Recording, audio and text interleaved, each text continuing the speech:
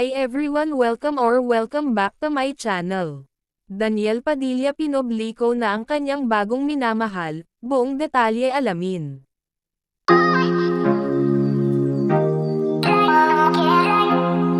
Matapos ang mahabang pag-move on ni Daniel Padilla sa kanyang huling pag-ibig, ay nakatagpo muli ito ng isang babae na nagpapatibok ngayon ng kanyang puso, walang iba kundi ang kanyang co-star na si Kayla Estrada.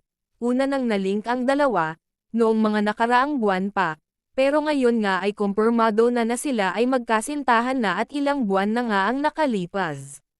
Namataan ang dalawa na laging magkasama, kahit maraming mga kasamahan sa paligid, ay halata ang dalawa, na laging magkadikit at may special na connection sa pagitan ng dalawang artista. Bagamat ay hindi inaamin ni Daniel at Kayla ang kanilang relasyon, ay maraming nagpapatunay na talagang sila na, at magkasamang dinalaw ni Kayla Estrada ang kanyang ama na si John Estrada, sa bahay nito kung saan, ay spotted si Daniel na katabi ni Kayla sa pag-upo. Ilang beses na din bumisita itong si Daniel kay Kayla, at laging silang namamataan na nag-date sa isang restaurant.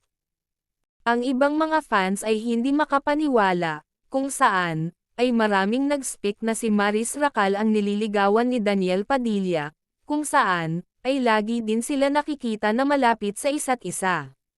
Yun pala ay alam na pala ni Maris, na mag-on na si Daniel at Kayla, kinikilig daw kasi itong si Maris sa dalawa.